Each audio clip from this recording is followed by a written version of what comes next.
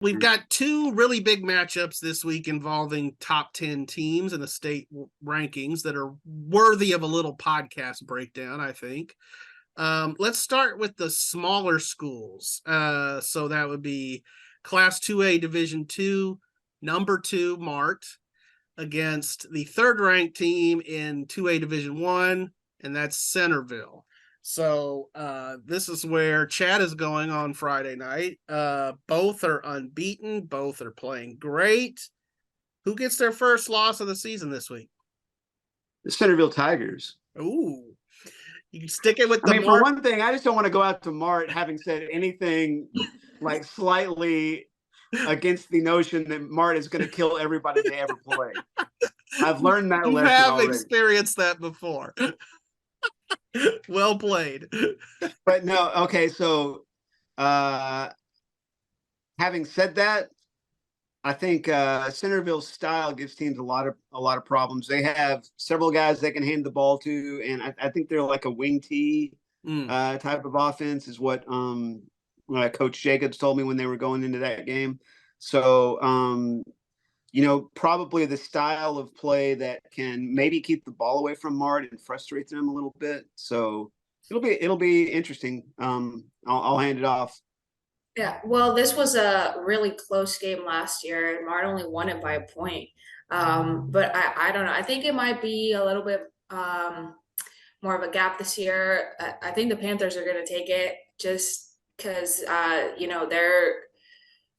they've got so many weapons, man. I mean, DeAndre Medlock and JD Bell and Jonah Ross and, so many guys. And yes, sure, their O-line is not as experienced as it was last year, but I mean, they've kind of pulled off, those wins that even you think, oh, maybe this is the one that Mart is not going to get. But Centerville came up with a 1-point win over Teague last week, and Teague is a 3A team. They got it. They kind of held them scoreless for 3 quarters. It was a 1-score game, and it was just that the Lions missed a extra point kick. So I don't know. I think Mart's got it. I think they're a little more solid than Centerville is at this point. So I think they're both very good. Centerville certainly opened my eyes when they really thumped Crawford pretty well. I mean, so I expect a pretty good game here. Maybe even another 1-point game. That wouldn't surprise me. But I do think it's wise to stick with Mart. They're both battle tested. I think certainly we've seen this over the years with Mart. They sometimes struggle to get teams their size to play them, in non-district play. And so, they've played Crockett this year, which is a 3A team. So, they're going to see some really, really good teams in non-district play. And then when they get up against the likes of, no offense, Dawson and Frost and Hubbard and, whatever. Well, they got Meridian next week. Yeah. Ooh, goodness. I mean, and Meridian's, good for Meridian for winning last week, but they're not beating Mart. I mean, I'm sorry. So I was just about to say, I mean, Mart loves this non-district game because it's a quality opponent, which, it's the best opponent they've seen in non-district and the best team they're probably gonna see into the playoffs. Yeah, until deep in the playoffs, until like probably round 3 at least. And you won't even see Centerville in the playoffs, considering they're in a different 2A division. A1, yeah. So yeah, good litmus test, I think, for Mart for sure. Mm-hmm. So our other top 10 game is an all Central Texas, all McLennan County brouhaha, as the number 3 team in 4A Division 1, China Spring, back-to-back state champions, welcomes in the 7th-ranked team in 4A Division 2, Connally Cadets.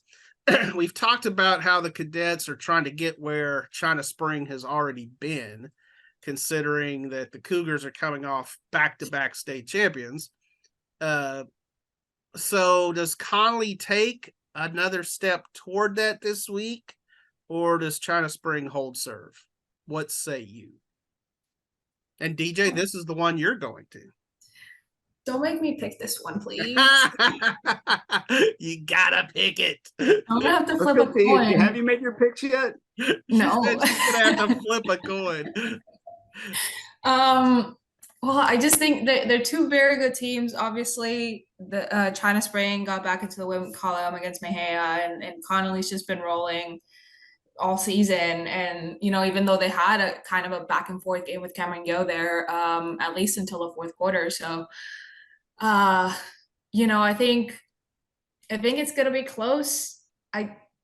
Kiefer Sibley's just been on another level, and then I think he's going to be hard to contain for a young China Spring defense. That's fair. That's a good analysis. That's fair. But then, I don't want to say that China Spring is going to lose this one because, they're China Spring. They're the standard. Yeah. They're the standard, and so I just think it's going to be really close. Should be fun. Yeah, I agree. Chad, you covered this one last year, and I looked up the score. It was like 51-21. It was not close. I feel like it's going to be a lot closer this year. I'm with DJ. It's a lot harder to pick. Well, that's 72 points. I'll be shocked if we look up Friday night and there's half that many points scored. I think it's going to be a very defensive game. I think China Spring has had a little bit more trouble in the passing game this year than last year. And obviously, Connolly's secondary is a real team strength. And then Kyle Barton hasn't really, kind of found the same kind of running lanes that he found a year ago. So I think that's going to be another big challenge for them. So I think China Spring is going to struggle to score a lot of points on Connally. And I also think that, China Spring's defense against Lorena really came up and popped people and was very physical. Against Melissa, it was a little bit of a different story. I think, and then that had a lot to do with Melissa's personnel on offense. And Connally obviously has really good personnel on offense too. I picked China Spring because it's at their place, and I'm trying not to overthink things these days. And so much like I do with the sixth man, if I've got two teams that are close together, I was like, well, who's at home? Okay, I'll go with them, right? So I just kind of went Connally at China Spring. I'll just go with China Spring because since they're the home team, right? I do have that right? They're at China Spring. Correct. That is. It's at China Spring. So I just rolled with the home team, trying not to overthink it. But, as I speak about it and as I start to talk about it, I'm starting to lean towards Connally, but I don't think my instincts are great on that. So I have made my picks already, and I did pick China Spring in this one. And some of the reasons that you just mentioned, they are at home. I think that the experience they have in big games comes into play in this one. And even a big game like the one they just had against Melissa a couple weeks ago, so I think all of that matters, but I like DJ's point about Kiefer Sibley's hard to catch. It doesn't matter who you are.